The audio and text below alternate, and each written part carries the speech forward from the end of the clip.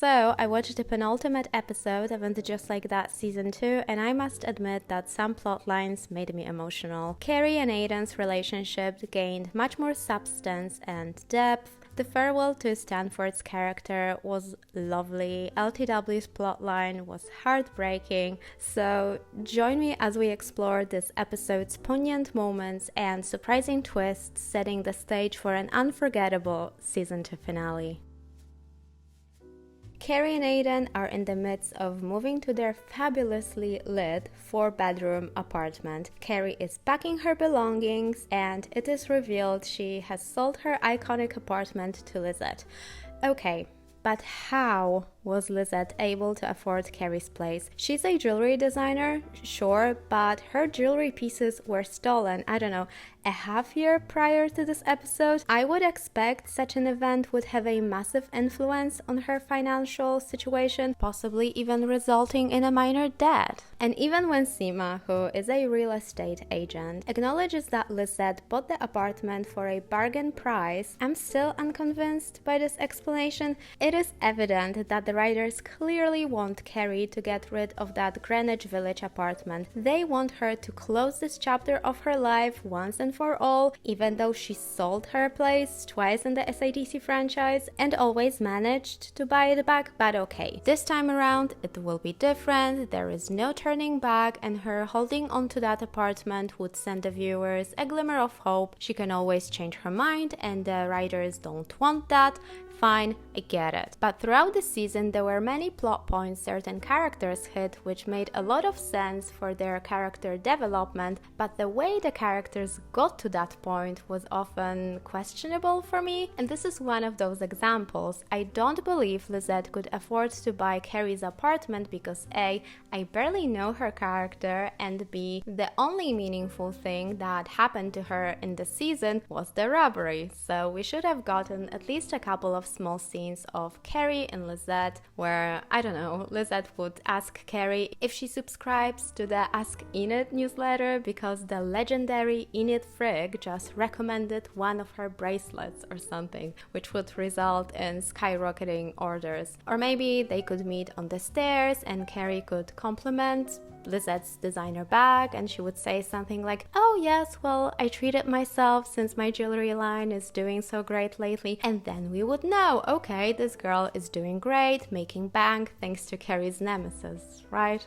But we all know why we didn't get even 2 short scenes like this. Because there was absolutely no time for them. It is wild that both SATC films have the slowest pacing ever and so many unnecessary scenes that do not contribute to the plot whatsoever. But when you watch And Just Like That and lose concentration for a second, you can miss that Carrie has won a raffle. A Michelin star chef prepared dinner at home, which is precisely what I missed on my first watch of this episode. And whenever the characters teased this dinner at Carrie's place, or the Last Supper, if you will, I wondered why would she be throwing a house party, as she never did that in SATC. But now I know why. So, what will happen during the farewell dinner? Will Skipper casually show up at Carrie's door, leading Miranda to confess he's Brady's actual father? Will Carrie get a "sorry, I can't, don't hate me" text from Aidan? Will I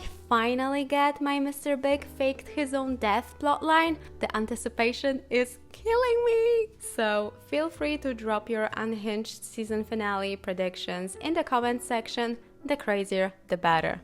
Anyway, many characters visit Carrie while she's packing. Firstly, Seema needs to share some devastating news, you guys. During the intimate moment, she confessed her love to Ravi, and do you know what?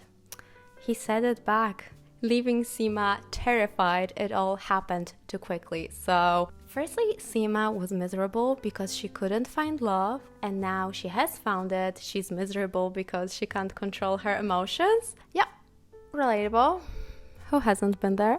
And then Anthony pays Carrie a visit. Unexpectedly, we learn that Stanford has embarked on a spiritual journey, becoming a monk. But do we really believe that a guy who used Rick 9 Plus as a nick online is now a Shinto monk? I know people drastically change their life trajectories all the time, but that sounds genuinely unhinged. That having said, I've been thinking about a more realistic explanation for his character's absence, and I can't come up with anything. It seems to be one of those situations where no explanation will ever be good enough. The scene when Carrie and Anthony raised their glasses to honor Stanford made my eyes water a little. It felt like the final farewell to his character following the passing of Willie Garson during the filming of the first season of And Just Like That. R.I.P. Willie. We all judge. That's our hobby. Some people do arts and crafts. We judge. In the meantime, Carrie and Aidan are in a hotel room, and Aidan says something truly shocking. He admits that when he and Carrie dated all those years ago, he made mistakes too. When I couldn't get you to sign a marriage license, I forced you into signing a lease with me on that apartment next door to yours. Thank you. That's exactly what I and many fans have been saying. Aidan wasn't blameless. He pushed Carrie into marriage when she wasn't ready for it yet. He flirted with his employee purely because he wanted to test Carrie. He made mistakes as well.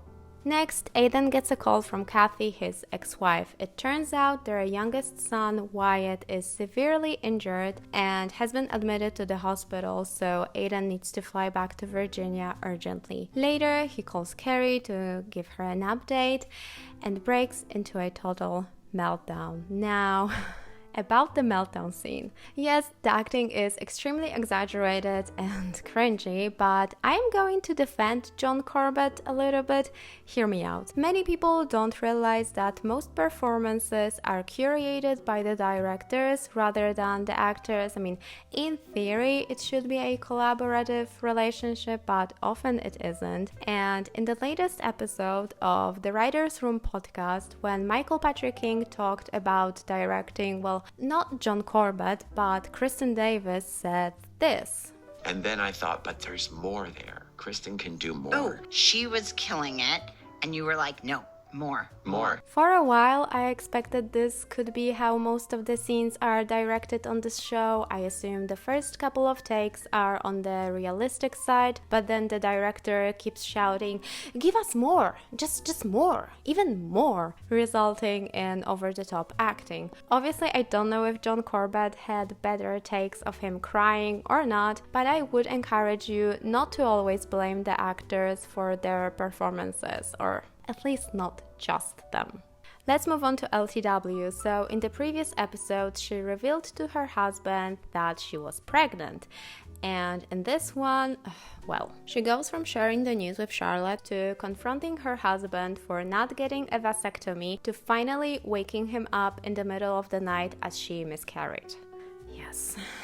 I wish Lisa's pregnancy plotline had more space to unfold, especially because Nicole Ari Parker delivers an exceptional performance in this episode. Her emotional breakdown while sharing the news with Charlotte was a standout moment in this entire season. Like, you really feel her heartbreak and confusion. She just found out her documentary could be extended to a 10-episode series, yet at the time she was worried she wouldn't be able to reconcile work with pregnancy, especially when having a husband who barely parents his kids. Previously, we haven't talked much on this channel about Herbert, LTW's husband, so do you guys even like him? Because I really don't. I gathered online that many people see Lisa as an aspirational character. She's stunningly beautiful, her wardrobe is goals, she's successful, has well-behaved kids and a hot husband. And while, yes, her beauty and career are aspirational for sure, I wouldn't say her marriage is. I would go as far as to say it is my biggest nightmare. Actually, to be stuck in this very traditional relationship where a man demands his dinner. What about me? What about dinner? You know where the cereal is? And offers to help with the kids. No, sir. You don't just help with the kids. You co-parent them. You barely help me with the 3 kids we already have. Now let's delve into Miranda and Che's worlds, which intersect again. It all starts when Naya observes that Miranda tends to cut off ties with her exes entirely after a breakup, making Miranda want to change this behavior. It turns out she has absolutely no idea Steve is opening a new bar on Coney Island. She doesn't know what Che has been up to, as she has been ghosting them. So basically, Miranda realizes that she treats all her exes exactly like she treated Skipper all those years ago, and decides to make amends with Che by attending their stand-up show. I will get into the stand-up in a second because there is a lot to unpack, but what do we think Skipper Johnson has been up to? Because I think he was a startup bro in the early 2000s. He learned how to code, he had one great idea, built his company, and later he sold it for like a crazy amount of money, and now he just travels the world and collects NFTs. I don't know why, but NFTs are like a big part of his personality now. But what about you? What do you think? Okay, we're circling back to Che's performance. As it happens, their entire set is about drugging Miranda and her sexual confusion. Che's words are just cruel and harsh. Like, this entire situation is horrible and completely unnecessary. She brought 4 people into our bed. Me, her husband, and her son. I'm sorry, Che, didn't you do the exact same thing? It is convenient that you forgot about your husband Lyle and the threesome, which happened without prior communication with Miranda. Naturally, Che didn't anticipate Miranda's presence, and if they knew she was coming, they probably would never say those things. But do you know who was in the audience with Miranda as well? Her good old friend Carrie, who did absolutely nothing to comfort Miranda. I mean, maybe Carrie knew this wasn't the first time her bestie was publicly embarrassed by a stand-up comedian, but still, I would expect her to at least say, are you okay, sweetie? If only Samantha had been there with Miranda. Let's go. Lastly, let's talk about Charlotte. As always with Charlotte, there has to be some kids drama. This time around, Rock left their notebook at home and needs one of their parents to bring it to school. But here's a crazy idea. What if neither Charlotte nor Harry brings the notebook, Rock gets a bad grade and learns the lesson? You're welcome, I guess. Later, Charlotte successfully sells a painting to none other than Sam Smith. The big sale means celebration time with her co-workers, which leads to the return of a carefree, indulgent, and drunk Charlotte. I don't know why, but this scene felt weirdly victorious for Charlotte, maybe because for the first time in the season she had a good time without her family. No Harry, no kids, just she and her co-workers celebrating her and her success.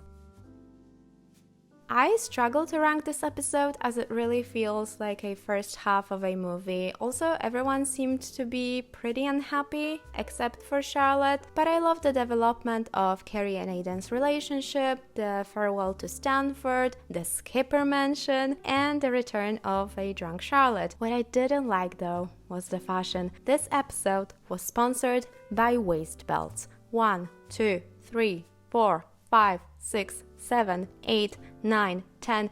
That's too many. And also, if you're looking for recommendation of something to listen to on your mental health walks, I suggest the latest episode of And Just Like That podcast because it is exceptionally unhinged. It was his idea to open this place on Coney Island. And more than just Steve's idea, this is a really interesting example of writing and acting working together. David, who I've worked with since Sex and the City, created the character mid-season 2 or 3 or 4, I don't remember. Wild. Season 2, Season 4, who cares?